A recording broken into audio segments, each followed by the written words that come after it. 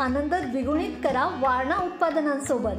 वारणा श्रीखंड, तूप, दही, दूध, लस्सी, बटर, चीज आणखी बरंच काही. सणासुदीच्या काळात शुद्ध आणि सात्विक वारणा उत्पादने घरी आणा. वारणा, आनंद अस्सल चवीचा.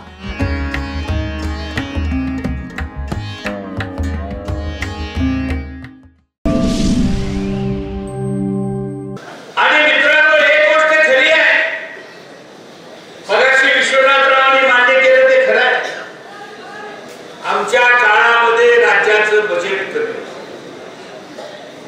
केवळ राधानगरी बुधपेठला कमी नव्हतं, संपूर्ण महाराष्ट्रामध्ये फार नेताचं बजेट होतं, उत्पन्न कमी होतं. त्यावेळेला 69 रुपये पेट्रोल होतं, बघा आठवत आहे का? आज 110 रुपये पेट्रोल झालंय. त्याच्यावर सरचार्ज आज या देशामध्ये कोणत्याही वस्तूवरती जीएसटी 18% घेतली जाते. केंद्रामध्ये कोट्यावधी रुपये या जीएसटीतून जमतात. राज्यामध्ये हजारो कोटीचं उत्पादन दर महिन्याला होत आहे. गडकरी साहेबांनी महाराष्ट्राला भरभरून रस्त्यासाठी पैसे सगळीकडे पैसे आले, केवळ भुदरगडमध्ये नव्हे, सगळ्या मतदारसंघात जिल्ह्यात आपण बघा, जरा जाऊ पलीकडे कागलात बघा, सगळ्या तालुक्यात पैसे. खर्च तिकडला चांगला झालाय, इथं खर्च कसा झाला?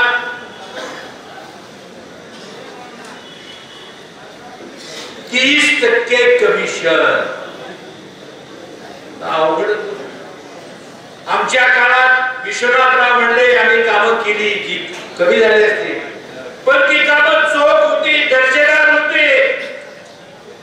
कमिशन डिमिशन नावाची चीज कधी आम्हाला ऐकायला मिळाली नाही. आता कमिशन शिवाय कामच नाही. जलजीवन योजना, इथं बापूसाहेब आले आहेत, वाघापूरचे सरपंच. त्यांच्या गावात जलजीवन योजना 1.5 कोटी का 2 कोटीची मंजूर झाली.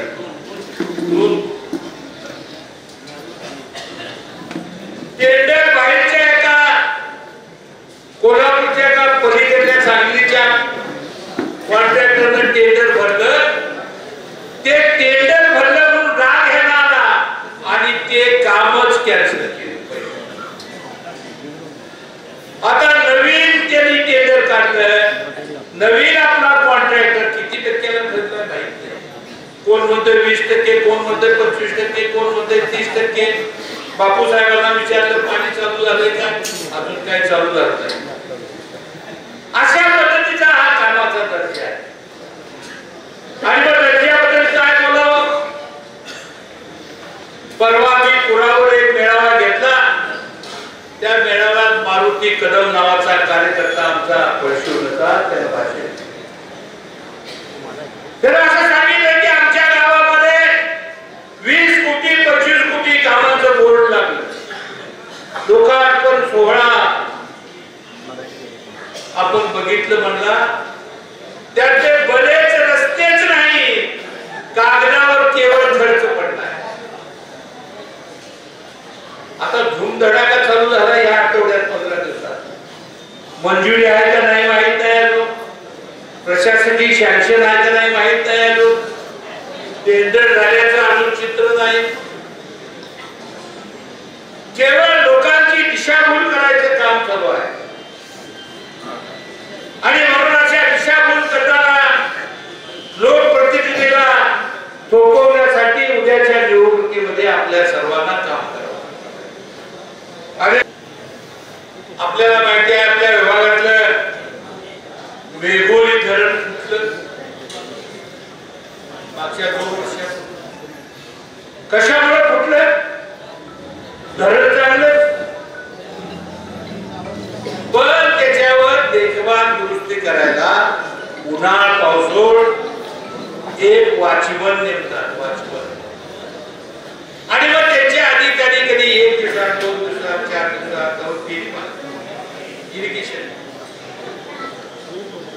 तिथं एक वॉचमन होता दारुडीचा, काय त्याचं नाव सावंत नावाचा.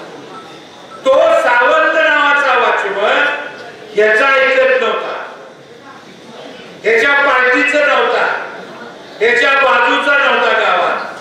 म्हणून त्याला उचलला जून महिन्यात आणि चंदगडला टाकलं. ते धरण बेवारसा राहिलं मित्रांनो.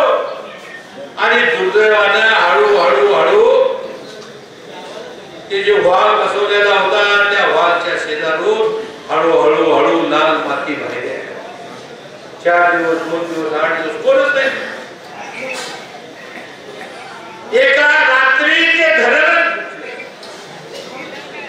खालची शेकडो एकर जमीन उद्ध्वस्त झाली. हे कर्तृत्व, हे राजकारण. आणि आता नवीन कॉन्ट्रॅक्टर नेमला, तुम्ही 1% घेऊनच नेमला. 20% आता काय सध्या होत नाही. रात्री कुठलं ते बरं झालं. दिवसा माणसं किती गेली.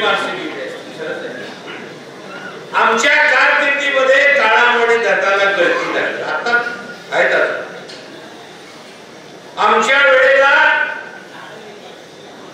पर सेकंद, प्रत्येक सेकंदाला 65 लिटर पाणी गळती होती. त्यावेळेला आम्ही आवाज उठवला, कारण 50-55 लिटर पेक्षा सेकंदाला जास्त गळत झालं तर धरणाला धोका लवकर होण्याची शक्यता. आता काय गळतीचं प्रमाण आहे माहितीये? दर सेकंदाला 365 लिटर पाणी गळतंय. प्रचंड मोठा धोका आहे. आम्ही सगळ्यांनी आवाज उठवला, तक्रारी दिल्या, निवेदन दिली, मंत्र्यांना भेटलो. अजित दादाने 80 कोटी रुपये गळती काढण्यासाठी बजेटला धरलं, घोषणा केली बजेटला. त्यातले 40 कोटी वर्ग झाले. 6 महिने झाले त्याला. अजून या बाबाचा कंत्राटदार ठरायचा आहे म्हणून ते काम चालू. आता आम्ही वाहून जातो तर काही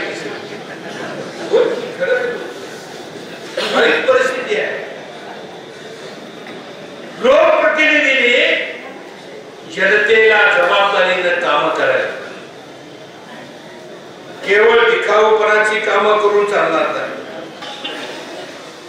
महाराष्ट्रामध्ये सर्वात जास्त बोनस देणारा कोणता कारखाना असेल? 28% तर तो बेदरी. वेळेवर उसाचे पैसे देणारा कोणता कारखाना असेल तर तो बेदरी. आम्ही गेल्या अडचण खूप तयार झाल्या. अहो 10 महिने हा प्रकल्प रखडला. 10 महिने प्रकल्प पुढे गेला. तो नुसता पुढे जात नाही, त्याच्यावर काढलेलं कर्ज दर महिन्याला व्याज बसतंय. आणि 12व्या महिन्यात आता हप्ता सुद्धा भरला. अडचण करायचा प्रयत्न केली अडचण, पण आम्ही बी भांडण आहे. माझं बी नाव केपी पाटील. 207 रुपये जादा देणार म्हणून घोषणा केली. त्यातले 100 रुपये कालच्या गणपतीला दिले आणि उद्याच्या दिवाळीला 107 रुपये देणारच. त्याच्यामध्ये आटोपत घ्या, चिठ्ठी बऱ्याच गोष्टी बोलायसाठी अजून बोलत राहू. रंग चढत कसं आता जरा घुमायला लागलं, अजून अंगात पुरा यायचा आहे. माझी तुम्हाला विनंती, ही निवडणूक एकट्या केपी पाटलाची. ही निवडणूक 3.5 लाख लोकांच्या अस्मितेची आहे. सामान्यांची, गरिबांची, दलितांची, पीडितांची, शोषितांची लढाई आहे मित्रांनो. आणि म्हणून या लढाईमध्ये तुमच्या सगळ्यांच्या अंगात यायला पाहिजे निवड, अशी माझ्या एकट्याच्या अंगात येऊन.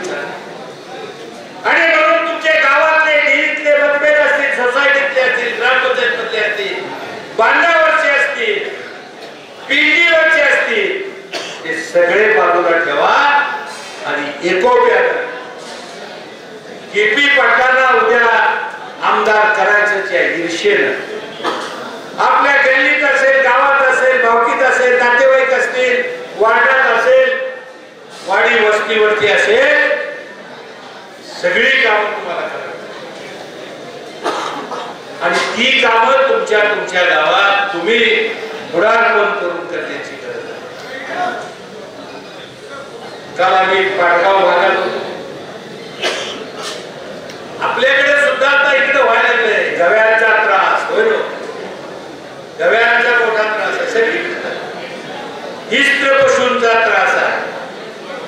सरकारने योजना काढली कित्येक कोटी रुपयाची आणि 10x10चा जर मारायची त्या फॉरेस्टच्या शेजारून असं निर्णय घेतला. निर्णय झाला टेंडर ह्याच्यात माणसाने. आता त्या चरीने पोचल्या आणि ती जनावर यायची तशी येतात. किती दिवस हे चालणार? हे सगळं बंद पडायला लागणार आहे. मी व्यक्तिगत प्रकाश आंबेडकरचा विरोध म्हणून आहे, तर या तालुक्यावर जो गद्दारीचा सिक्का बसलाय, 50 खोके एकदम ओके, हा जो सिक्का बसलाय, तो सिक्का पुसून काढण्यासाठी, धुवून काढण्यासाठी स्वाभिमानी लोकांनी तुम्ही आम्ही थंड चुकून हे काम करायला लागणार आहे. उद्याच्या काळामध्ये ते आपण सर्वांनी करा, ताकदीने करा.